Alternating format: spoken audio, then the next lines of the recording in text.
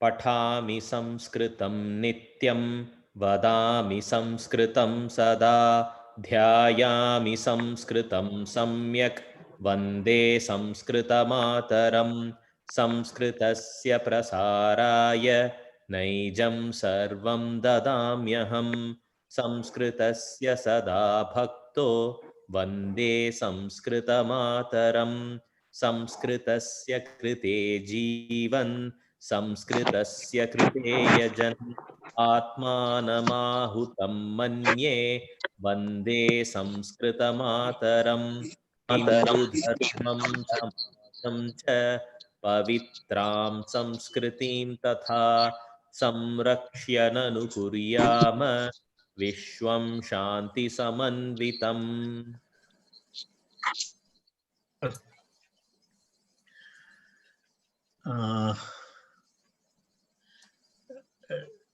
सन्धिवर्गस्य पूर्वपाठः प्रचलति। सन्धिविषयः वस्तुतः न आरब्धः इदानीं पर्यन्तं, कारणं सन्धि आरम्भनिमित्तम् अस्माकं पाणिनेः पद्धतिः अस्माभिः अवगन्तव्या अस्ति। तदाधारेण अक्षराणां विषये अस्माकं चर्चा चलति। अक्षरेषु स्वराणां प्रतिपादनं मया गतवर्गे मया कृतम्। इदानीम् अद्य व्यञ्जनानां तथा अग्रे माहेश्वरसूत्राणां विषये अद्य प्रतिपादयामि। तेन वयं सन्धिविषयः अग्रे वयं सन्धिभेदान् पठितुं वयं किञ्चित् सरलताम् अनुभवामः इति मम कल्पना अस्ति। तस्य आधारेण वयम् इदानीम् अद्य वयम् एकनिमेषः स्क्रीन् शेर् करिष्यामि। अद्य वयम् एवं कुर्मः, इदानीं व्यञ्जनानां विषये वयं चर्चां कुर्मः।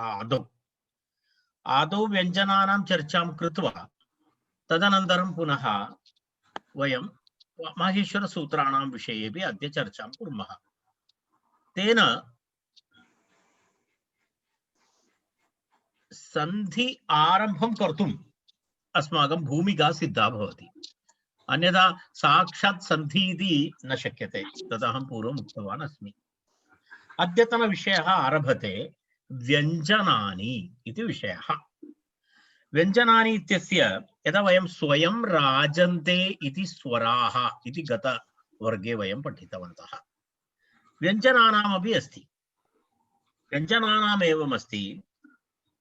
भवन्तः जानन्ति व्यञ्जनानां स्वतन्त्रोच्चारणं तु न भवति। व्यञ्जनानां स्वतन्त्रोच्चारणं तु न भवति। व्यञ्जनानां स्वरेण सह एव उच्चारणं भवति। वयं जानीमः, यदा यदा उदाहरणं यदा एकनिमेषः यदा वयम् उदाहरणं पश्यामः, अत्र किञ्चित् अहं भिन्नमपि दर्शयामि भवते। यदा पश्यतु, एतत् अहं वदामि, एतस्मिन् विषये अनन्तरं वदामि। यदा वयम् अस्माकं हस्ते एकनिमेषः अस्माकं हस्ते एकः वर्णः अस्ति। उदाहरणाय ककारः अस्ति इति चिन्तयतु। अस्माकं हस्ते इदानीं ककारः अस्ति। ककारात् वयम् एवं कुर्मः, ककारः मैनस् न्यूनम् अकारः इति भवति। तर्हि ककारः मैनस् अकारः इक्वल् टु किं भवति? किं भवति? ककारात् अकारं निष्कासयतु।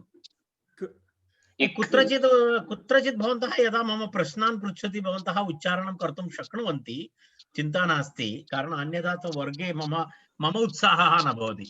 पाठने अत्यन्तं महत्त्वपूर्णं शिक्षा छात्राणाम् उत्साहापेक्षया शिक्षकस्य उत्साहः महान् अस्ति। मम उत्साहवर्धनं भवत् कार्यम्। अस्तु, इदानीं पश्यतु, अहं लिखामि अत्र, अहं लिखामि एतद् भवति। सत्यं खलु? यदा ककारात् अकारं वयं न्यूनं कुर्मः तर्हि किम् अवशिष्यते? इक् इति कथं भवति? इकारः कुत्र अस्ति अत्र? इकारः तु नास्ति। भवन्तः वदन्ति क इति वदन्ति। क क क क। अरे तत्रापि कश्चन स्वरः अस्ति, अ इति। तदपि निष्कासयतु, तदपि निष्कासयतु। न किमपि न भवति, भवतां कण्ठे भवति, कण्ठगतं भवति ककारः, अत्र तिष्ठति क क इति। यदि बहिरागन्तव्यं तर्हि तत्र स्वरः अपेक्षितः, कश्चन स्वरः तत्र अपेक्षितः एव। विना स्वरं भवन्तः व्यञ्जनानाम् उच्चारणं कर्तुं न शक्नुवन्ति, कदापि न भवति। यदि भवान् वदति क इति, क इति, महोदय क माइनस् अ क, तर्हि क इति वदति चेदपि तत्र कश्चन स्वरः श्रूयते न, अ इति, तदपि निष्कासयतु। तत्र अ इति आगतम्, उच्चारयितुं न शक्यते। तेन कारणेन अनुगच्छति अज्गुणम् इति व्यञ्जनस्य डेफिनिशन्। व्यञ्जनस्य किं भवति? अन्वक् भवति इति व्यञ्जनम्। व्यञ्जनम् इत्युक्ते अन्वक् भवति इति। अन्वक् भवति इत्युक्ते कः अर्थः? अन्वक् भवति इत्युक्ते अनुगच्छति इत्यर्थः। अनुगच्छति, अनुगच्छति इत्यर्थः, अनुगच्छति इत्यर्थः। यदि अनुगच्छति इति कम् अनुगच्छति? अज्गुणम् अनुगच्छति, अज्गुणम् अनुगच्छति। अज्गुणम् अनुगच्छति इत्युक्ते किमस्ति? स्वराणां गुणम् अनुगच्छति। Shriram please mute all. अनुगच्छति इति अज्गुणम् इति, अज्गुणम् इति। अज्गुणं नाम स्वरगुणं। स्वरगुणं नाम किमस्ति? अ इ उ ए इत्यादि सर्वविध स्वरगुणाः भवन्ति। तान् स्वरगुणान् अनुगच्छति इति वस्तुतः व्यञ्जनं भवति। अन्वक् भवति इति व्यञ्जनम् इत्यस्य अर्थः। रैट्, एतद् भवन्तः ज्ञातवन्तः। तेन कारणेन एतद् भवति तत्र अर्थात् भिन्न उदात्त, अनुदात्त, स्वरित, ह्रस्व, दीर्घ, प्लुत इति एते स्वरगुणाः। तर्हि भवतां प्रश्नः भवति, स्वरगुणाः के? स्वरगुणाः वयं गतसप्ताहे पठितवन्तः, स्वरगुणान् पठितवन्तः। उदात्तस्वरः, अनुदात्तस्वरः, स्वरितस्वरः, ह्रस्व, दीर्घ, प्लुत इति एते अनुनासिक, अननुनासिक, अनुनासिक, अननुनासिक, एते अष्टगुणाः स्वराणां भवन्ति। रैट्, अष्टगुणाः वयं दृष्टवन्तः, अष्टगुणान् दृष्टवन्तः। तर्हि तान् गुणान् अनुगच्छति व्यञ्जनम्। तान् गुणान् अनुगच्छति व्यञ्जनम् इति कृत्वा अन्वक् भवति इति कुत्र? महाभाष्ये पतञ्जलिना दत्तं विवरणमस्ति। एतद् मया कल्पित डेफिनिशन् नास्ति। एतद् महाभाष्ये महर्षिणा पतञ्जलिना उक्तमस्ति। व्यञ्जनस्य डेफिनिशन् अन्वक् भवति इति व्यञ्जनम्। अन्वक् भवति इत्यस्य डेफिनिशन् अस्ति अन्वक् भवति इत्युक्ते अनुगच्छति इति। तावत् तत्र गतिरपि व्यञ्ज धातु, व्यञ्ज इति अस्ति, व्यञ्जनम् इति अस्ति, व्यञ्ज इति भवति। व्यञ्ज इत्युक्ते गति अपि व्यञ्ज धातोः अर्थः अस्ति। व्यञ्ज धातु गत्यर्थकः अपि अस्ति। तर्हि गच्छति तत्र एवमस्ति, विविधम् उदात्तादि नानाप्रकारं गच्छति अच् उपरागवशात् इति व्यञ्जनमपि इति लिखितं। भवतामस्ति तत् सन्ति, पुस्तकमस्ति, तत्र एतद् विवरणम् अस्ति, पेज् नम्बर् 5। वयम् अग्रे गच्छामः। इदानीं पुनरपि वयं प्रत्यागच्छामः। अत्र पश्यामः। इदानीम् अत्र दत्तमस्ति, पश्यतु। स्वरेण सह व्यञ्जनानि उच्चार्यन्ते। एतदेव अहं प्रतिपादितवान्। यथा क, च, टु, तु, पे इति पश्यतु। क इत्यत्र अकारसहितमस्ति, च इत्यत्र अकारसहितमस्ति, टु तु उकारसहितमस्ति, पे एकारसहितमस्ति इति। तर्हि व्यञ्जनानां सुख उच्चारणाय अनन्तरं स्पष्टप्रतिपत्तये च स्वरेण सह तत्र किं भवति? स्वरेण सह तत्र व्यञ्जनस्य उच्चारणं करणीयं भवति। तदा क अधिकम् अ, क इति उच्चारणं। तेन क, च, ट, टु, तु, पे इत्येवम् उच्चारितेऽपि तत्र किं भवति? एवमेवम् उच्चारितेऽपि क, च, ट, त, प इत्येतानि स्वररहितानि एव व्यञ्जनानि इति ज्ञेयम्। यदा वयं पठामः क इति लिखामः, परन्तु क इति लिखित्वापि तत्र अस्माभिः किं ज्ञातव्यं, व्यञ्जनं नाम क नास्ति, व्यञ्जनं नाम तत्र अकाररहितम् अस्ति, अकारः उच्चारणार्थम् अस्ति, अन्यथा वयं कथम् उच्चारणं कुर्मः? यदा बाल्यकाले वयं व्यञ्जनस्वरान् पाठयामः, यदि बालकान् स्वररहितान् व्यञ्जनानि कथं पाठयितुं शक्नुमः? तत्र को च ट त प एवं पाठयितुं न शक्यते, अन्यथा तेन कारणेन वयम् अकारं योजयित्वा पाठयामः, अकारं योजयित्वा पाठयामः, तेन मुखेपि प्रसन्नता भवति, क च ट त प इत्यादि वयं वदामः, तत्रापि बुद्ध्या अकारः तेन सः अक्षराभ्यासकाले योजयति, उकारः न योजयति, उकारः योजयति चेत् पुनः बाल्यकालतः मुखमेव ऊ इति भवति, बाल्यकालतः उच्चारणं कृत्वा कृत्वा कु छु टु तु पु इति करोति चेत् मुखस्य शेप् एव परिवर्तितं भवति, तेन अकारः उच्चारणम्, अकारसहित उच्चारणं सर्वदा सम्यक् भवति, प्रसन्नता भवति।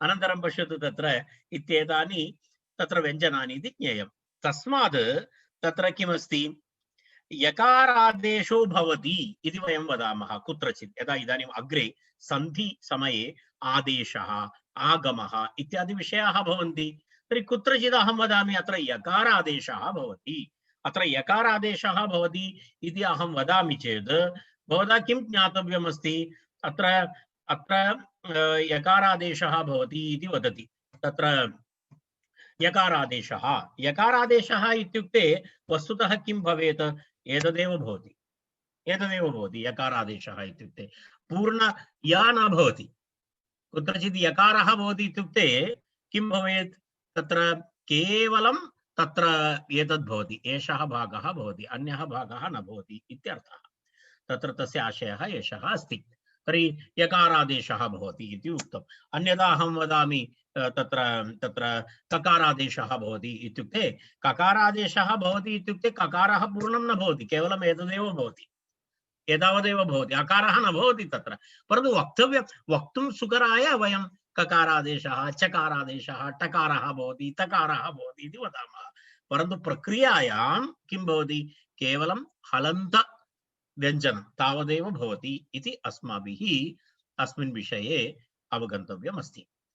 तदनन्तरं पुनः तावदेव तस्मिन् विषये वक्तव्यं, यदा उदाहरणं वकारादेशः भवति, यकारादेशः इत्यत्र य इत्यादेशः भवति, व इत्यादेशः भवति इत्यर्थः। तर्हि व्यञ्जनानाम् एवम् उक्त्वा इदानीं वयम् अग्रे गच्छामः। व्यञ्जनानि द्विधा भवति, द्विप्रकारकव्यञ्जनानि भवन्ति, वर्गीयव्यञ्जनानि अवर्गीयव्यञ्जनानि इति, वर्गीयव्यञ्जनानि भवन्ति अवर्गीयव्यञ्जनानि भवन्ति। के ते भवन्ति? वर्गीयव्यञ्जनानि इत्युक्ते तेषां नाम अस्ति स्पर्शाः इत्युच्यन्ते, ते स्पर्शवर्णाः, कारणं तत्र तेषाम् उच्चारणे सम्यक् स्पर्शः भवति, सम्यक् तत्र स्पर्शः भवति, कुत्र, कण्ठ तालु मूर्ध दन्त ओष्ठ इति उच्चारणस्थानं तत् क्रमशः भवति, यदा भवतः लारिङ्ग्स् आरभ्य कागळगम् इत्युच्यते, कागळगम् इति उच्यते, इतः तत्र क तत्र स्पर्शः भवति, विना स्पर्शं भवान् ककारस्य उच्चारणं कर्तुं न शक्नोति, यदा तत्र एकवारं क्लोस् करोति, क्लोस् कृत्वा भवन्तः तत् ओपन् कुर्वन्ति, तदा ततः व्यञ्जनस्य उच्चारणं भवति, स्वराणाम् उच्चारणे तावद् आवश्यकता नास्ति, आ इति किञ्चिदेव अस्ति, परन्तु क भवन्तः अपि उच्चारणं कृत्वा एकवारं शक्नुवन्ति, क इति वदति, क इति वदति, भवन्तः प्रथमं किं कुर्वन्ति, प्रथमं स्पर्शः क्लोस् कुर्वन्ति, क्लोस् कृत्वा अनन्तरम् ओपन् कुर्वन्ति, यदा एकवारं तत् पिधानं तदनन्तरं तस्य उद्घाटनं, तर्हि वर्णः आयाति क, यदा भवन्तः काकलगस्य भवति, यदा वयम् उपरि अग्रे आगच्छामः चकारः, चकारस्य स्थानं यदा आगच्छति पश्यतु, तत्रापि भवन्तः प्रथमं किं कुर्वन्ति, एतत् सर्वं नेचुरल् प्रोसेस् मध्ये भवति, स्वाभाविकी प्रक्रिया एषा, परन्तु प्रयत्नः तु अस्ति एव, यदि स्वाभाविकी प्रक्रिया अस्ति इति प्रयत्नः नास्ति इति न, प्रथमं किं करोति, एवं क्लोस् करोति मुखम्, इदानीम् अहम् उच्चारणं कर्तुम् आरम्भं करोमि, च इति उक्तवान्, तर्हि प्रथमं किं कृतवान्, अहं मम मूर्धा तत्र इचुयशानां तालु प्रथमं तत्र तालुभागं क्लोस् कृतवान्, अनन्तरम् उद्घाटितवान्, तर्हि च इति भवति। अग्रे आगच्छति टा इति भवति। अग्रे आगत्य क्लोस् कृतं तर्हि ओपन् कृतं तर्हि टा, इतोपि अग्रे आगतं टा। यदि यस्य दन्तः नास्ति सः तकारोच्चारणं कर्तुं न शक्नोति। यदि कदाचित् भवन्तः यदि पश्यतु, केचन यदा वार्धक्ये जनानां दन्ताः गच्छन्ति, यदि दन्ताः गच्छन्ति तर्हि ते तकारं कर्तुं प्रयत्नं करोति चेत् पकारः भवति मुक्तः। किमर्थं? तत्र दन्ताः न सन्ति, तत्र दन्त्यवर्णाः, ते दन्ताः सन्ति चेव तेषां वर्णानाम् उच्चारणं भवति, अन्यथा न भवति। ता इति भवति, प इति भवति, ते सर्वे वर्गीयव्यञ्जनानि। अनन्तरम् अन्ये वर्णाः य वर इत्यादि वर्णाः य र ल व श ष स इत्यादयः अवर्गीयव्यञ्जनानि भवन्ति। तदेव वयं भवन्तः जानन्ति एतं विषयं, परन्तु एतद् अस्माभिः एकवारम् एतत् सर्वं स्मृत्वा अग्रे गन्तव्यम् अस्ति। ककारादारभ्य मकारपर्यन्तं यावत् 25 अक्षराणि, तानि 25 अक्षराणि भवन्ति, तानि स्पर्शाः इत्युच्यन्ते। किमर्थमिति पञ्चगणाः भवन्ति, पञ्चगणाः भवन्ति, कवर्गः, चवर्गः, टवर्गः, तवर्गः, पवर्गः इति तत्र 25 वर्णाः भवन्ति। क्रमात् पञ्चगणाः सन्ति। एकैकोऽपि गणः क्रमात् पञ्चाक्षरात्मकः, तत्र पञ्च वर्णाः भवन्ति। भवन्तः एतत् सर्वं जानन्ति। पञ्चाक्षरात्मकाः क्रमात् कवर्गः, चवर्गः, टवर्गः, तवर्गः, पवर्गश्चेति व्यवह्रियन्ते। एतानि वर्गीयव्यञ्जनानि, एतानि वर्गीयव्यञ्जनानि, वर्गीयव्यञ्जनानि इति उच्यते। कवर्गीयव्यञ्जनानामेव भिन्ननाम अस्ति स्पर्शः इति। स्पर्शः इति कादयो मावसानाः स्पर्शाः इति शास्त्रे। कादयो मावसानाः स्पर्शाः, कादयो मावसानाः स्पर्शाः इति ककारादारभ्य मकारपर्यन्तम् इति। ककारादारभ्य मकारपर्यन्तं तत्र किं भवति? तत्र कादयो मावसानाः स्पर्शाः इत्युच्यन्ते। तेन कारणेन यदा यदा मलयाळभाषायां, यदा कोऽपि मलयाळभाषिणः सन्ति चेत् अवगन्तुं शक्नुवन्ति, मलयाळभाषायां यदा सर्वदा यदि कोऽपि परस्परं कलहं करोति तर्हि एकः अपरं वदति, भवान् इदानीं कमा इति न वदतु इति वदति। कमा इति न वदतु, कमा इति न वदतु, कमा इति एकं पदं नास्ति। इत्युक्ते क आरभ्य मा पर्यन्तम् उपयुज्य इदानीं किमपि न वदतु इति सर्वव्यञ्जनानां प्रत्याहारः तत्र अस्ति। कमा इति स्पर्शाणां प्रत्याहारः, कातः आरभ्य मा पर्यन्तम् इति अस्ति। तर्हि अस्तु, वर्गीयव्यञ्जनानि एवं भवन्ति। तेषां वयं वर्गव्यञ्जनाय व्याकरणे, व्याकरणशास्त्रे तत्र उदित् इति क्रियते। उदित् क्रियते अर्थात् केनापि सह वर्णेन सह कु, चु, टु, तु, पु इति वयं वदामः। एते उदित् इति उच्यन्ते, उदित् इति उच्यन्ते। एतस्य नाम अस्ति उदित्। उदित् इति किमर्थं वदति? पश्यतु, उदाहरणाय अहं वदामि, दर्शयामि। पश्यतु, कु इति उक्तं। कु इत्युक्ते कः अर्थः? अत्र कु इत्युक्ते कवर्गः इति अर्थः। यदा कुत्रचित् भवन्तः शास्त्रे पश्यन्ति तत्र चु इति दृश्यते, तर्हि कः अर्थः? चवर्गः इति अर्थः। तत्र चवर्गः इति अर्थः। एवं टु इति भवति, टु इति भवति, तर्हि टु इति भवति चेत् टवर्गः इत्यर्थः। एवम् अस्माभिः ज्ञातव्यं। शास्त्रे अग्रे अग्रे एवमेव ज्ञातव्यं। कुत्रचित् उकारं करोति, यदा सन्धि मध्ये भी एवं भवति। यदा उदाहरणाय चुटु इति एकं सूत्रमस्ति, अग्रे चुटु इति सूत्रमस्ति। चुटु इत्युक्ते किं ज्ञातव्यं? चवर्ग टवर्गौ इति ज्ञातव्यम्। एतद् अहं टेक्निकल टर्म्स् वदामि। अग्रे भवताम् अस्माकं शास्त्रपठनाय एतत् टेक्निकल टर्म्स् बहु अत्यन्तम् आवश्यकं। तर्हि कुत्रचित् टु इति दृश्यते, तर्हि टवर्गः, चु इति दृश्यते, चवर्गः। एवं पञ्चवर्गाणामपि एवम् उच्चारणं भवति। तत्र तु इति अस्ति, तु भवति चेत् तवर्गः इति, तवर्गः इति अस्माभिः ज्ञातव्यं।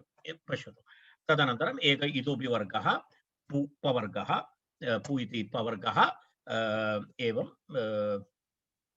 अस्माभिः ज्ञातव्यम् इति तस्य टेक्निक् अस्ति। पवर्गः, पु इति पवर्गः। एवं कु कवर्गः, चु चवर्गः, टु टवर्गः इति कु चु टु तु पु इति अत्र प्रयोगः भवति। एतेषां किं भवति प्रयोगे किम् अत्र एतस्य नाम अस्ति एतद् शास्त्रे उदित् इति उच्यते। उदित् इति नाम एतस्य नाम अस्ति उदित् इति उच्यते। उदित् उदित् इत्युक्ते वर्गीयव्यञ्जनानि इत्यर्थः। वर्गीयव्यञ्जनानाम् उदित् इति भवति। एतद् अग्रे अस्माकं प्रयोजनाय भवति। किमर्थमिति उदित् इति अग्रे विवरणं भवति, तत्र आवश्यकं भवति अस्माभिः, एतस्य आवश्यकता अस्ति। भवन्तः नोट् कृत्वा स्थापयन्तु। उदित् उदित् वर्णाः, उदित् वर्णाः इत्युक्ते वर्गीयव्यञ्जनानि इत्यर्थः। उदित् वर्गाः इति वर्गीयव्यञ्जनानि इत्यर्थः। रैट्, अग्रे गच्छामः वयं। वर्गीयव्यञ्जनानि कु चु टु तु पु शब्दैरपि व्याकरणशास्त्रे व्यवहृताः। एतेषां व्याकरणशास्त्रे कथं व्यवहारः? कु चु टु तु पु इति वर्गीयव्यञ्जनानाम् एते 25 वर्गीयव्यञ्जनानि सन्ति। एतानि 25 वर्गीयव्यञ्जनानि सन्ति। तदनन्तरं पुनः अग्रे गच्छामः। एतद् रैट्, एतद् इदानीम् अहम् उक्तवान्, भवन्तः दृष्टवन्तः। कु कवर्गः, चु चवर्गः, टु टवर्गः, तु तवर्गः, पु पवर्गः। अग्रे गच्छामः। अवर्गीयव्यञ्जनानि एतस्य भिन्न भिन्न नामानि सन्ति। टेक्निकली एतस्य भिन्न भिन्न नामानि सन्ति। य र ल व एतेषाम् एते अन्तस्थाः वर्णाः। एतेषां नाम अस्ति अन्तस्थाः इति। अन्तस्थाः आहत्य 8 वर्णाः सन्ति। अवर्गीयव्यञ्जनानि 8। किं? य र ल व श ष स ह एते अवर्गीयव्यञ्जनानि। तत्र किमस्ति? तत्र तेषाम् एवमस्ति, अन्ते तिष्ठन्ति। यदा तस्य किञ्चित् तेषाम् उच्चारणे अन्तः भवति, अर्थात् अन्तस्थाः भवन्ति। य र ल व इति का च टा त इति नास्ति, तथा नास्ति। किञ्चित् भिन्नमस्ति उच्चारण सम्प्रदायः। तेन कारणेन य र ल व इत्येते 4 अन्तस्थाः। अनन्तरं शल ऊष्माणः अर्थात् श ष स ह एतेषाम् ऊष्माणः इति नाम। एवम् अन्तस्थाः 4, ऊष्माणः 4, आहत्य मिलित्वा कति? 8 अवर्गीयव्यञ्जनानि सन्ति। 8 अवर्गीयव्यञ्जनानि सन्ति। एतदपि अस्माभिः ज्ञातव्यमस्ति। रैट्, तत्र इदानीं पुनः किञ्चित् भेदः अस्ति। तत्र इत्थं 25 वर्गीयव्यञ्जनानि, तदनन्तरम् 8 अवर्गीयव्यञ्जनानि चेति आहत्य कति अभवन्? 33 वर्णाः जाताः। 33 वर्णाः जाताः। रैट्, 33 व्यञ्जनानि भवन्ति। तत्र इदानीं सन्धिनियमाय यदि वयं सन्धिनियमान् पठितुं गच्छामः, सन्धिनियमान् पठितुं यदा वयं गच्छामः, तत्र पुनः तत्र व्यञ्जनानां भिन्नरीत्या किञ्चित् कैटेगराइजेशन अस्ति, विभागः अस्ति। किं? मृदुव्यञ्जनानि, कर्कशव्यञ्जनानि इति। तत्र पुनः भेदद्वयं। किं किं? मृदुव्यञ्जनानि अनन्तरं कर्कशव्यञ्जनानि इति वयं वदामः। तत्र वस्तुतः एतद् मृदुवर्णः अनन्तरं कर्कशव्यञ्जनानि इति तथा पाणिनेः कापि संज्ञा नास्ति। तथा भवन्तः न चिन्तयन्तु। एतत् सर्वम् एवमेवं परम्परया एवमेवम् एतेषां वर्णानाम् उच्चारणं भवति। तर्हि मृदुव्यञ्जनानि अनन्तरं कर्कशव्यञ्जनानि इति तत्र द्विधा विभज्यते। तर्हि मृदुव्यञ्जनानि इत्युक्ते तत्र अग्रे हश् इति उच्यते। हश् वर्णाः मृदुवर्णाः। हश् इति कथं भवति इति वयं पश्यामः। तदहम् अद्य यदा अन्तिमपर्यन्तं वयं तत्र गच्छामः अद्यवर्गस्य। एकैकस्यापि वर्गस्य अन्तिमाः 3 वर्णाः भवन्ति। के भवन्ति तत्र? ग ह ङ अनन्तरम् एवं सर्वेषामपि वर्गव्यञ्जनानाम् अनन्तरं य र ल व इति एते 5 वर्णाश्च मृदुव्यञ्जनानि इत्युक्ते प्रति वर्गस्य अन्तिम वर्णत्रयं।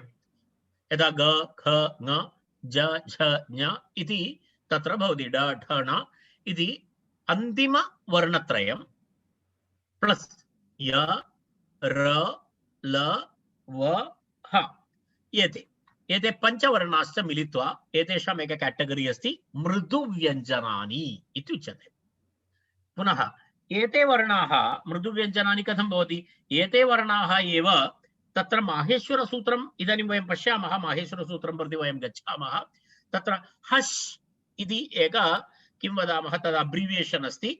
यदा प्रत्याहारः इत्युच्यते, व्याकरणशास्त्रे प्रत्याहारः इति वदति। प्रत्याहारः इति वयं वदामः खलु, अब्रिवियेशन् इति वदामः खलु, अब्रिवियेशन्। हश् इति एक अब्रिवियेशन् अस्ति। हश् मध्ये के वर्णाः भवन्ति? हश् इति ह य व र ल ञ म ङ न न झ भ घ ढ दश् ज ब ग ड दश् इति माहेश्वरसूत्रम् अहं दर्शयामि। अन्ते गत्वा वयं तत्रैव अद्य अस्माकं वर्गस्य समाप्तिः भवति। तर्हि एनिवे भवन्तः इदानीं जानन्तु, हश् इति जानन्तु। हश् इत्युक्ते मृदुव्यञ्जनानि, रैट्? तत्र कर्कशव्यञ्जनानि शास्त्रे खर् इति उच्यते। भवन्तः केवलं एतान् शब्दान् नोट् कृत्वा स्थापयन्तु। हश् हश् मध्ये एते वर्णाः इदानीम् उक्ताः। नेक्स्ट् एक टेक्निकल् टर्म् अस्ति खर्।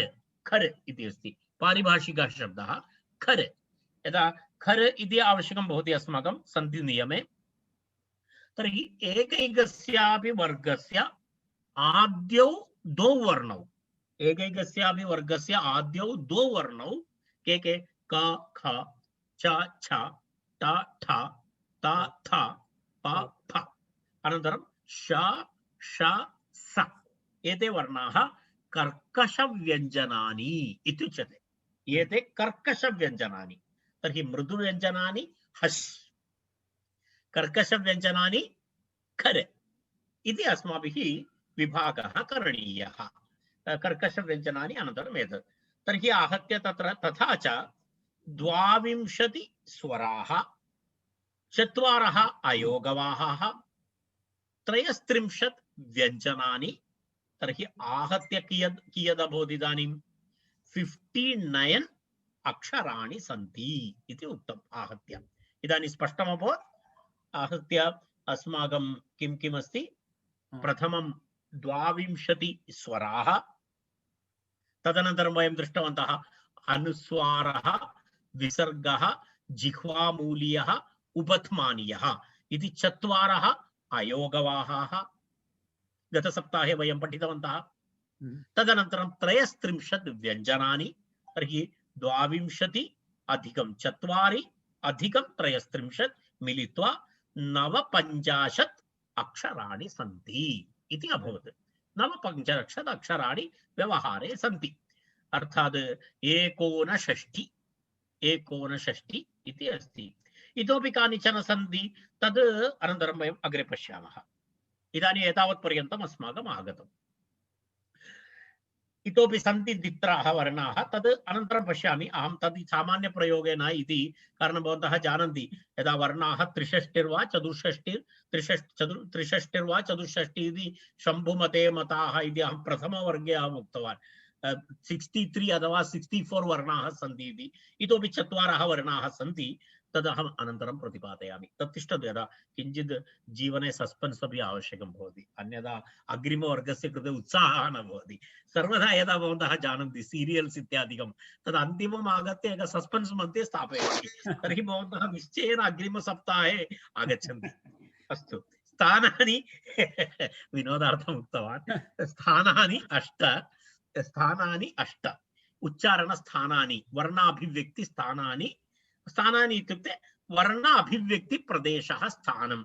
यदा स्थानम् इति व्याकरणशास्त्रे स्थानम् इति शब्दस्य प्रयोगः भवति।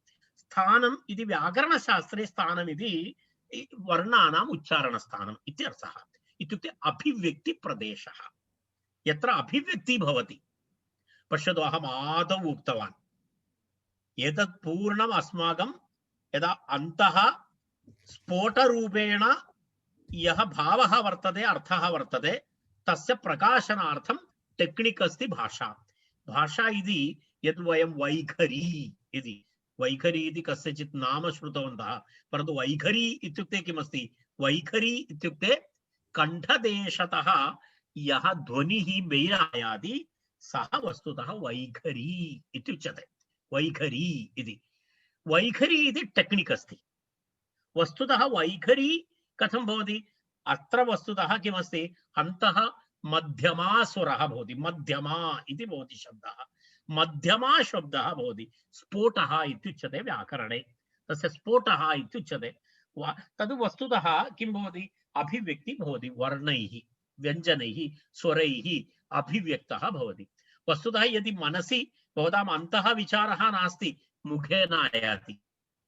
यदा अहं कमपि प्रश्नं पृच्छामि, भवन्तः उत्तरं वक्तुं न शक्नुवन्ति। किमर्थं शक्नुवन्ति? तद् अन्तः अस्ति चेदेव बहिरायाति, यदि अन्तः नास्ति बहिर्न आयाति। तस्मात् मध्यमा इति आधारः, तदहं प्रथमदिवसे उक्तवान्। तद् क्रमशः अभिव्यञ्जयामः वयम्। अभिव्यञ्जनं भाषायाः कार्यं नाम अभिव्यञ्जनं भवति, टु एक्स्प्रेस् टु कम्युनिकेट्। तदर्थं वस्तुतः भाषा इति अस्ति। तर्हि तस्य एकैक अभिव्यक्तिप्रदेशः भवति। यदा एकैकस्य वर्णस्य अभिव्यक्ति, अहम् एकं लघु उदाहरणं तद्दिने उक्तवान्। कुक्कुटस्य अण्डः इव, कुक्कुटस्य अण्डः इव। कुक्कुटस्य अण्डे किं भवति? सर्वं द्रवरूपेण भवति। कुक्कुटस्य अण्डे कललम् इत्युच्यते। कललम् इत्युक्ते कुक्कुटस्य अण्डस्य अन्तः यः द्रवः भवति तस्य नाम कललम् इत्युच्यते। तद् समये यदा योग्यं कुक्कुट माता भवति, तस्याः अधः स्थापयति 20 दिनानि वा 21 दिनानि, तदनन्तरं ततः कुक्कुटशिशुः बहिरायाति। रैट्, कुक्कुटशिशुः बहिरायाति। तर्हि कुक्कुटशिशु जलतः द्रवतः आगतं बहिः। तर्हि कुक्कुटशिशोः पक्षः भवति, चञ्चू भवति, पादः भवति, शरीरं भवति, सर्वं भवति। तर्हि एतत् सर्वं कुत्र आसीत् पूर्वम्? एतत् सर्वं तस्मिन् द्रवे आसीत्, परन्तु क्रमः नासीत्, क्रमेण आसीत्, अक्रमः आसीत्। यदा बहिरायाति सक्रमः भवति। आदौ अक्रमः पुनः सक्रमः भवति। एतदेव भाषायाः विषये अपि। आदौ अस्माकम् अन्तः अक्रमरूपेण भवति शब्दः, तद् अक्षरैः भाषाया वयं सक्रमरूपेण बहिरानयामः। तदेव तद् कम्युनिकेटिंग स्किल इति, तत्र अभिव्यक्ति भवति। तद् केवलं स्किल अस्ति। अन्तः अस्ति चेदेव स्किल भवति, अन्यथा स्किल न भवति। अन्तः अस्ति चेत् बहिरायाति। तद् इतः सूक्ष्मरूपेण भवति, पुनः स्थूलरूपेण बहिरायाति। यः श्रोता स्थूलरूपेण शृणोति, तद् अन्तः सूक्ष्मरूपेण गत्वा तस्य ट्रान्स्मिट् करोति अन्तः। यदा आकाशवाणी इव, यदा तत्र स्थूलरूपेण भवति आदौ, तद् पुनः सूक्ष्मरूपेण प्रेषयति। अस्माकं गृहे रेडियो सूक्ष्मरूपेण स्वीकरोति, स्थूलरूपेण बहिरानयति। इति ट्रान्स्मिशन् इति भवति। भाषायामपि एतदेव ट्रान्स्मिशन् भवति। अन्तः अस्ति, इन्पुट् अस्ति चेदेव औट्पुट् भवति, इन्पुट् नास्ति चेत् औट्पुट् न भवति इति स्पष्टं। तर्हि रैट्, अग्रे गच्छामः। इति मम एतत् कथनं किमर्थं? स्थानानि इत्युक्ते अभिव्यक्तिप्रदेशः, एकैकस्य वर्णस्य अभिव्यक्तिप्रदेशः, वर्णाभिव्यक्तिप्रदेशः स्थानं। के सन्ति ते? कण्ठः, तालु, मूर्धा, दन्तः, ओष्ठौ इति स्थानानि भवन्ति। तत्र मुख्यस्थानानि भवन्ति। नासिका अपि उच्चारणस्थानमस्ति। नासिका अपि भवान् किं वदति प्रातःकाले अथवा रात्रौ इति? भवतां रात्रौ, मम प्रातःकालः। नासिकयापि उच्चारणं कुर्वन्ति वा? ओ, नासिकयापि उच्चारणं कुर्वन्ति। नासिकां विना भवन्तः नकारं भवन्तः नासिकां बन्धनं करोतु, नकारस्य उच्चारणं करोतु। बन्धनं कृत्वा न इति वदतु, कथं न भवति? नकार उच्चारणं कर्तुं भवन्तः न शक्नुवन्ति। कथं भवति? ङकारः उच्चारणीयः, ङकारः उच्चारणीयः। नासिका बन्धनं करोतु, ग कुत्र भवति? ङ अम् इति वक्तव्यम्। अम्, नासिका बन्धनं करोतु, अम्। कथं पूर्ण उच्चारणं भवति? कुत्रचित् स्थगयति तत्। नासिकया सह एव अनुनासिकवर्णानाम् उच्चारणं भवति, अनुस्वारस्य उच्चारणं भवति। तद्विना न, तत् नासिकापि उच्चारणस्थानमस्ति। जिह्वामूलं, उरः इति अष्टौ स्थानानि भवन्ति। उरः इति अस्माकम् उरः प्रदेशः। यदा शब्दप्रयोगे इच्छा भवति, तदा किं भवति इत्युक्ते कथं भवति, अस्माकं तत्र किं भवति, सर्वेषामपि किमस्ति तत्र प्रक्रियायां किं भवति इत्युक्ते तत्र कायाग्नि इत्युच्यते। कायाग्नि इत्युच्यते। कायाग्नि इत्युक्ते अन्तः जठराग्नि भवति। तेन अग्निना वायुः प्रेरितः भवति। वायुः प्रेरितः भूत्वा स वायुः कुत्र भवति, कण्ठताल्वादिस्थानेषु सञ्चरन् वर्णान् अभिव्यनक्ति इति। यदा भवन्तः, अहम् एतद् वदामि, भवन्तः एक वेणुं वादयति इति चिन्तयतु। एक वेणुं वादयति इति चिन्तयतु। वेणुवादने किं भवति, यदा इतः वायुः गच्छति, अनन्तरं किं भवति, तत्र भिन्न भिन्न भिन्न रन्ध्रेभ्यः बहिरायाति, राइट। यदा वेणुवादने एवं भवति खलु, यदा भवन्तः वायुः गच्छति अन्तः, तदनन्तरं बहिरायाति एवं। तर्हि तद आगमनानुसारं भवतां सप्तस्वराः तत्र उत्पद्यन्ते।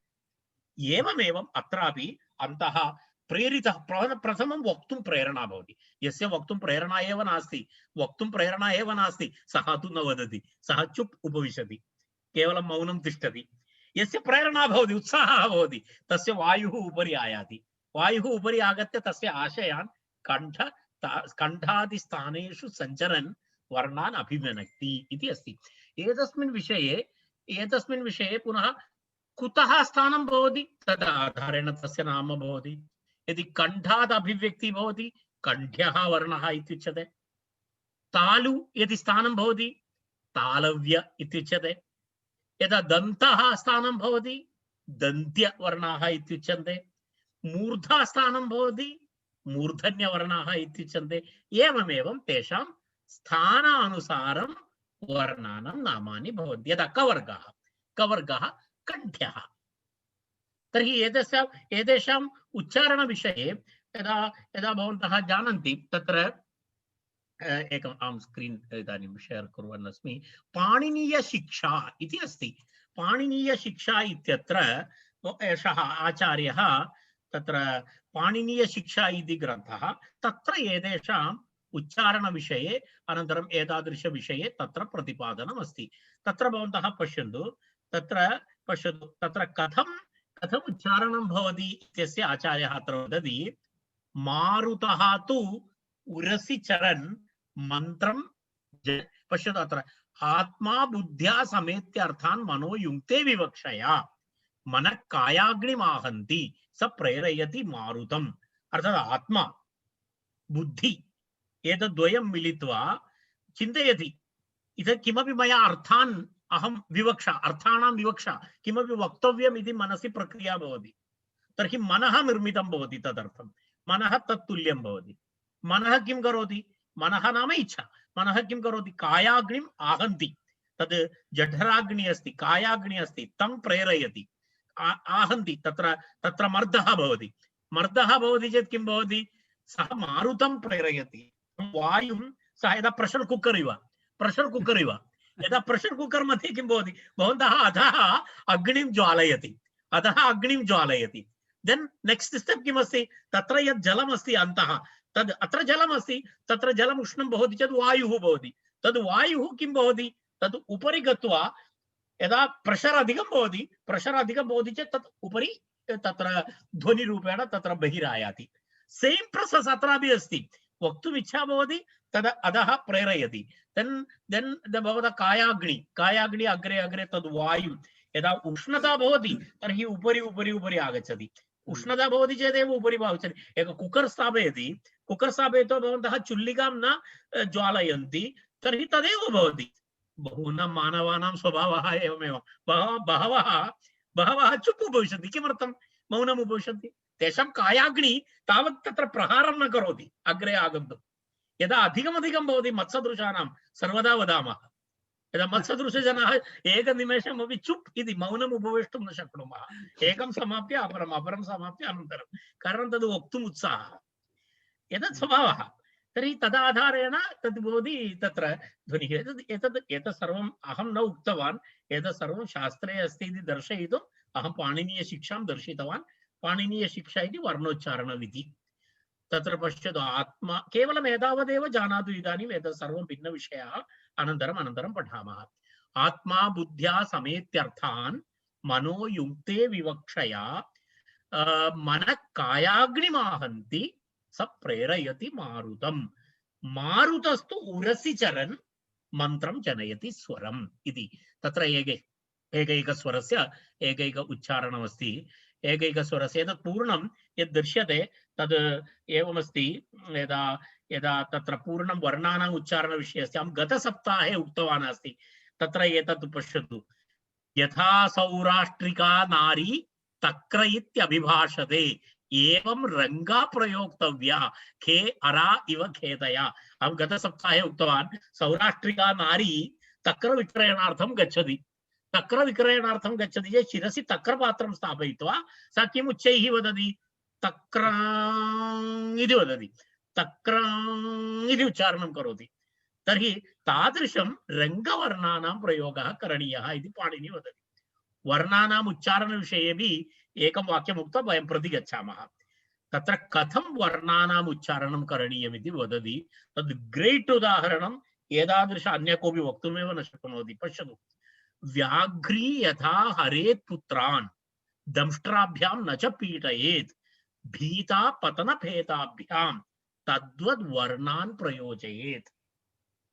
व्याघ्री भवति, तस्य यदा शिशुः भवति, स शिशुम् इतः मुखेन दन्ताभ्यां गृहीत्वा सा नयति अन्यत्र। एतस्य सरलम् उदाहरणं भवन्तः गृहे दृष्टवन्तः स्युः। भवतां गृहे मार्जारी अस्ति।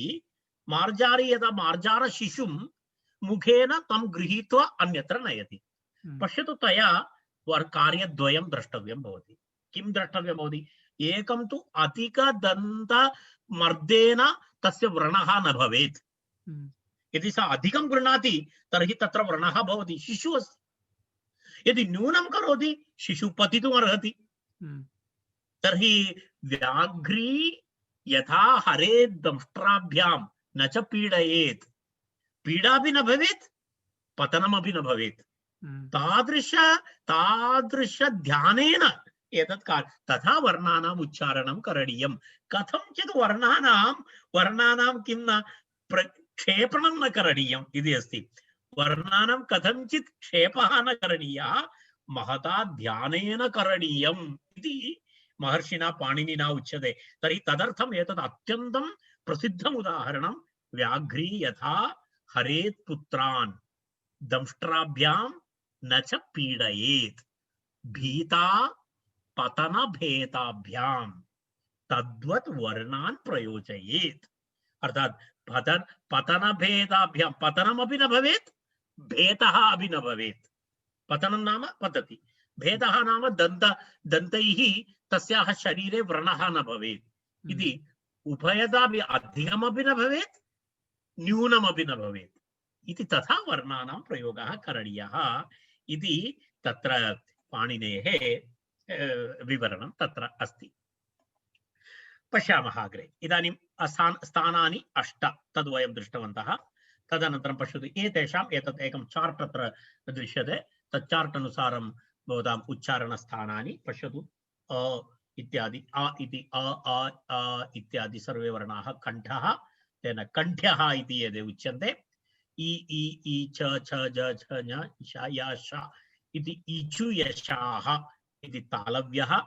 तदनन्तरम् एते वर्णाः मूर्धा मूर्धन्यः, लृ लृ ता था द था द ल न ल स एते दन्ताः दन्त्यः। एते वर्णाः यदा एवं स्थानानि सन्ति। ओष्ट्यः पश्यतु, नासिका कण्ठादि, यदा न ञ न न म एते अनुनासिकवर्णाः। नासिका अपि भवति, कण्ठादि अपि भवति। अनुनासिकः इत्युच्यते। तदनन्तरं एतत् भवतां हस्ते यदि सन्धिः इति पुस्तकमस्ति चेत् तत्र चार्ट् अस्ति, तदेव चार्ट् अहम् अत्र दर्शयन् अस्मि। तदा विशेषतया भवता लेखनीयम् इति नास्ति। यदि पुस्तकमस्ति चेत् ओ औ तत्र पश्यतु, किञ्चित् मिक्स् वर्णाः भवन्ति। ए इति तद् वस्तुतः संयुक्तवर्णाः, सन्धिवर्णाः। तत्र ए इति अस्ति। वस्तुतः ए इत्यत्र अकारः अपि अस्ति, इकारः अपि अस्ति। तर्हि अ प्लस् इ ए, तेन कारणेन तस्य उच्चारणस्थानमपि कण्ठतालु अस्ति, कण्ठतालु भवति। किमर्थं कण्ठतालु? तत्र वर्णद्वयं, स्वरद्वयं अ प्लस् इ ए, अ प्लस् इ ए, तर्हि अकारस्य स्थानं कण्ठः, इकारस्य स्थानं तालु, तेन कारणेन एकारस्य स्थानं भवति कण्ठतालु। यदा यदा अकारः इकारः च यदि पूर्णरूपेण मिक्स् भवति एकारः भवति, किञ्चित् स्प्लिट् भवति ऐकारः भवति। भवन्तः अ इति उच्चारणं करोतु, अनन्तरं सत्वरम् इ इति उच्चारणं करोतु, तर्हि ऐ भवति। ऐ ऐ अ इ ऐ इति भवति, अर्थात् किञ्चित् स्प्लिट् अस्ति। अनन्तरम् अ प्लस् ए पूर्णरूपेण मिश्रणं भवति चेत् ए, पूर्णरूपेण मिश्रितमस्ति तर्हि ए, किञ्चित् स्प्लिट् अस्ति तर्हि ऐ इति भवति। तर्हि कण्ठतालु इति भवति। ओ औ, ओ औ, तर्हि ओकारः अस्ति, ओकारस्य तत्रापि एवमेव अस्ति, अकारः अस्ति, उकारः अस्ति, अकारः प्लस् उकारः, तर्हि अकारः कण्ठः, उकारः ओष्ठं, तर्हि द्वौ मिलित्वा कण्ठोष्ठम् इति भवति। तत्रापि एवमेव भवन्तः उच्चारणं कृत्वा द्रष्टुं शक्नुवन्ति। अ अनन्तरम् उ, यदा सत्वरं वदतु तर्हि औ भवति, अ उ औ औ, अ उ औ औ इति भवति, सत्वरं भवति, औ भवति। वकारः, वकारस्य उच्चारणस्थानं प्रथमं दन्तः, तदनन्तरम् ओष्ठं, तर्हि व व इति। तत्र दन्तः अपि अपेक्षितः वकारस्य उच्चारणार्थम्, ओष्ठमपि अपेक्षितमस्ति। ओष्ठः नाम अत्र ओष्ठम् इत्युक्ते व्याकरणशास्त्रे अस्माकम् अप्पर् लिप्स् लोवर् लिप्स् उभयमपि तत्र भवति। यदा साहित्ये तु तथा नास्ति। साहित्यशास्त्रे तु ओष्ठम् इति सामान्यविवरणे तु ओष्ठम् इत्युक्ते अप्पर् लिप्स्, लोवर् लिप्स् कृते अधरम् इति शब्दः अस्ति। अधरम् इति शब्दः अस्ति। यदा भवन्तः जानन्ति अधरं मधुरम् इत्यादि, तद् भवन्तः मधुराधिपतेरखिलं मधुरम् इत्यत्र भवन्तः अधरं मधुरम् इति, तद् अधरमस्ति। तद् वस्तुतः लौकिकप्रयोगे व्याकरणशास्त्रे ओष्ठम् इत्युक्ते उभयमपि ओष्ठम्, अर्थात् उभय upper lips and lower lips उभयमपि वस्तुतः एतदस्ति। वकारस्य दन्तोष्ठम् इति अस्ति। जिह्वामूलीयं, जिह्वामूलीयविषये अहम् इतः पूर्वमपि तत्र उक्तवान्। तत्र अनुस्वारः, तदनन्तरं केचन औरस्यः वर्णाः भवन्ति, तदेव अहम् उक्तवान्। तत्र पश्यतु, ह्वा, एतद् वेदमन्त्रेषु एतादृशवर्णाः भवन्ति, ह्या, अनन्तरं ह्वा ह्वा इत्यादिकम् उच्चारणं कुर्वन्ति। एतत् लौकिकेपि भवति, ह्वा ह्वा इति उच्चारणं करोति, ह्वा इति उच्चारणं करोति, उरः अपि भवति तत्र। यदा भवन्तः केवलं वा इति ह्वा न भवति, ह्वा उच्चारणकाले भवतां उरः प्रदेशादेव वस्तुतः तस्य प्रयत्नः आरभते इति।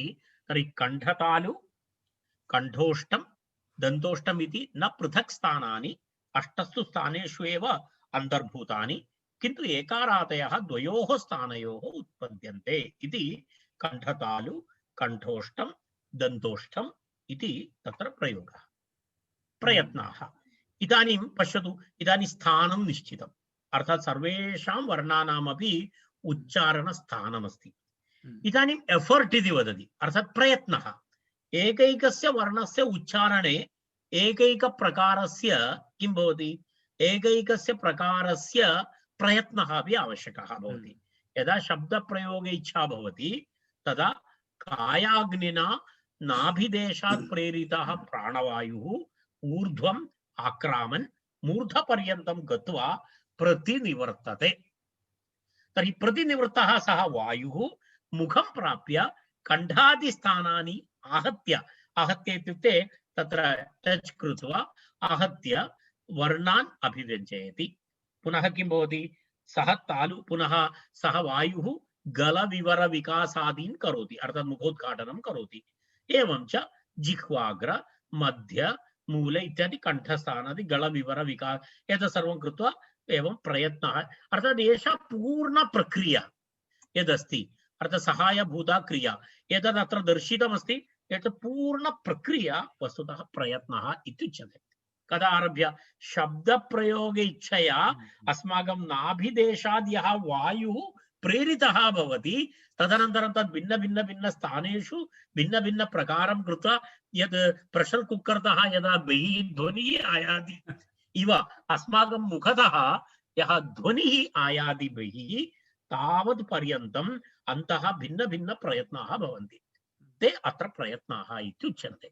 सो एतद् वस्तुतः एक लघु प्रयत्नः न, वयं न जानीमः। भाषणेन महान् श्रमः भवति, अर्थात् भाषणकाले अन्तः बहु प्रोसेस् भवति। तेन कारणेनैव प्राध्यापकाः एकघण्टा वर्गं स्वीकृत्य किमर्थं श्रान्ताः भवन्ति? जनाः वदन्ति तस्य किमस्ति, तत्र गत्वा किमपि वक्तव्यमस्ति, तद् वक्तुं का समस्या? शारीरिक श्रम अपेक्षया भाषणसन्दर्भे अत्र प्रयत्नः अधिकः भवति, तेन श्रान्ताः न भवन्ति। तेन मम सर्वदा आश्चर्यं भवति, अस्माकं भगिन्यः बहु वार्तालापं कुर्वन्ति, तर्हि कथं शक्नुवन्ति इति मम तेषां स्टामिना अधिकं भवति। अहं सर्वदा पश्यामि, यदा प्राध्यापिकाः वा भवतु शिक्षिकाः वर्गे एकघण्टां पाठयित्वा पुनः तेषां स्टाफ् रूम् आगत्य पुनः अपि ते एकघण्टा वार्तालापं कुर्वन्ति इति, तद् वस्तुतः किञ्चित् किं वदामः, तस्य स्टामिना अधिकं भवति, उत्साहः यत्र कारणं, तत् अन्यत् किमपि नास्ति। एषः प्रयत्नः द्विधा, आभ्यन्तरः बाह्यस्येति। प्रयत्नद्वयं, प्रकारद्वयं तत्र, आभ्यन्तरप्रयत्नः बाह्यप्रयत्नः इति। तत्र पश्यतु, आभ्यन्तरप्रयत्नाः पञ्च प्रकाराः भवन्ति। आभ्यन्तरप्रयत्नाः के भवन्ति इति लिखितमस्ति। स्पृष्टः, ईशस्पृष्टः, ईषद्विवृतः, विवृतः, संवृतः इति अस्ति। तद् स्पष्टमस्ति, एतद् दृष्ट्वा किमपि न। स्पृष्टः इति पूर्णरूपेण स्पर्शः भवति। यदा स्पृष्टवर्णाः पश्यन्तु, वर्गीयव्यञ्जनानि क, च, ट, त, प, एते स्पृष्टः इति पूर्णरूपेण बलेन क्लोस् करणीयं भवति, तदेव स्पष्ट उच्चारणं भवति। यदि बलेन क्लोस् न भवति, भवतां वर्गीयव्यञ्जनानाम् उच्चारणं न भवति, यदा तदेव स्पृष्ट पूर्णरूपेण क्लोस्। ईशस्पृष्ट पूर्णरूपेण क्लोस् न करणीयं, भवतः पूर्ण हार्ड एतत् कृत्वा भवन्तः यकारस्य उच्चारणं कर्तुं न शक्नुवन्ति। तत्र किञ्चित् अस्ति, य, र, ल, व, किञ्चित् ईशस्पृष्टमस्ति। तत्र स्पृष्टः तथा नास्ति, तत्र च इति न वक्तुं न शक्नोति, च इति वक्तव्यं, क इति वक्तव्यं, ट इति वक्तव्यं। तत्र पूर्णरूपेण ब्लाक् कृत्वा त्यक्तव्यं भवति। अपरत्र तथा नास्ति, यदा पूर्णरूपेण ब्लाक् कृत्वा भवन्तः या इति तथा वक्तुं न शक्नोति, या इति वक्तुं न शक्नोति, तद् बहु बोरिङ्ग् भवति। य, र, ल, व साफ्ट् अस्ति, ईशस्पृष्टम्। इदानीं भिन्नमस्ति, ईषद्विवृतमपि अस्ति, किञ्चित् उद्घाट्य वदति। श, श, श, स, ह, ईषद्विवृतमस्ति, पूर्णविवृतमस्ति। स्वराणाम् उच्चारणं कथमस्ति? पूर्णं विवृतमस्ति। आ, इ। वयं दाक्षिणात्याः तु इतोपि विवृतं कुर्मः, उत्तरे तु तथा नास्ति। दक्षिणे तु आ इत्येव उच्यते, पूर्णमुखम् उद्घाट्यते। यदि तत्र ष्टीवति पुरतः, अर्थात् लालारसः पूर्णं बहिरायति, तर्हि आ, इ, उ इति पूर्णं मुखम् उद्घाट्य वयं वदामः। परन्तु यदा उत्तरम् आगच्छामः वयं किञ्चित् तथा न, अत्र अ इति वदन्ति, अ, इ, उ, इति वदन्ति। अत्र स्वरस्य पूर्णविवृतत्वं न दृश्यते। आ इति न वदन्ति, अ इति वदन्ति, इ। दक्षिणात्याः तु तथा नास्ति, आ, इ, अम्मे इति वदन्ति खलु, अम्मे इति वदन्ति। तर्हि एवं तत्र अम्मा इति वदन्ति, तर्हि तत्र उच्चारणे भेदः अस्ति। स्वराः विवृताः भवन्ति, रैट्। अनन्तरं वस्तुतः इतोपि एवमस्ति, संवृतः अस्ति। मूलतः अकारः संवृतः भवति, संवृतः इति किं भवति इत्युक्ते, बंगाली जनाः सन्ति चेत् भवन्तः अवगन्तुं शक्नुवन्ति। ते यदा मुखे रसगुल्ला स्थापयित्वा वदति इव वदन्ति, तर्हि तत्र सर्वम् एवमस्ति, तत्र सर्वं पश्यतु, ओ ओ ओ इति संवृतमस्ति। ओ ओ अकारः ते एवम् आ इति न वदन्ति, ओ इति यद्रेव अस्ति अकारः। परन्तु संवृतः अकारः यदा वयं कथयामः, वार्तालापं कुर्मः, प्रक्रियादशायां विवृतः भवति। संवृतः अकारः केवलं टेक्स्ट् मध्ये संवृतः भवति, परन्तु यदा प्रक्रिया भवति, यदा वयं वदामः, तत्र तु संवृतः विवृतः एव भवति। तत्र संवृतः विवृतः एवम् अभ्यन्तरप्रयत्नाः पञ्च भवन्ति। के भवन्ति एकवारं पश्यामः। स्पृष्टः प्रयत्नः, ईशस्पृष्टः प्रयत्नः, ईषद्विवृतः प्रयत्नः, विवृतः प्रयत्नः, संवृतः इति। एवम् अभ्यन्तरप्रयत्नः, एते सर्वे अभ्यन्तरप्रयत्नाः अन्तः भवन्ति। तत्र पश्यतु, ओष्ठात् प्रभृति काकलकपर्यन्तम् आस्यम् इति उच्यते। तस्य नाम अस्ति आस्यम्। साहित्ये आस्यम् इत्युक्ते मुखम् इत्यर्थः। यदा सुन्दरास्ये इत्यादि तत्र मोहिनीयाट्टं वा भरतनाट्यं वा पदेषु भवन्ति, सुन्दरास्ये इत्यादि प्रयोगः अस्ति। तत्र आस्यम् इति लौकिकप्रयोगे आस्यम् इत्युक्ते मुखं, पूर्णं, फेस् इत्यर्थः। व्याकरणशास्त्रे आस्यम् इत्युक्ते ओष्ठात् प्रभृति काकलकपर्यन्तं, कण्ठपर्यन्तं यः भागः भवति तस्य नाम अस्ति आस्यम् इति। एतत् सर्वम् अहं किमर्थं वदामि इत्युक्ते, मम अग्रे गत्वा सन्धिसन्दर्भे मया टेक्निकल टर्म्स यूज करणीयं भवति। तत्र भवता ज्ञातव्यं भवति, यदा तुल्यास्य प्रयत्नं सवर्णम् इति एकः नियमः भवति। तर्हि तुल्यास्य प्रयत्नं, तर्हि प्रयत्नं नाम किम्, आस्यं नाम किम्, एतत् सर्वं ज्ञातव्यं। तदर्थं विवरणं कुर्वन् अस्मि।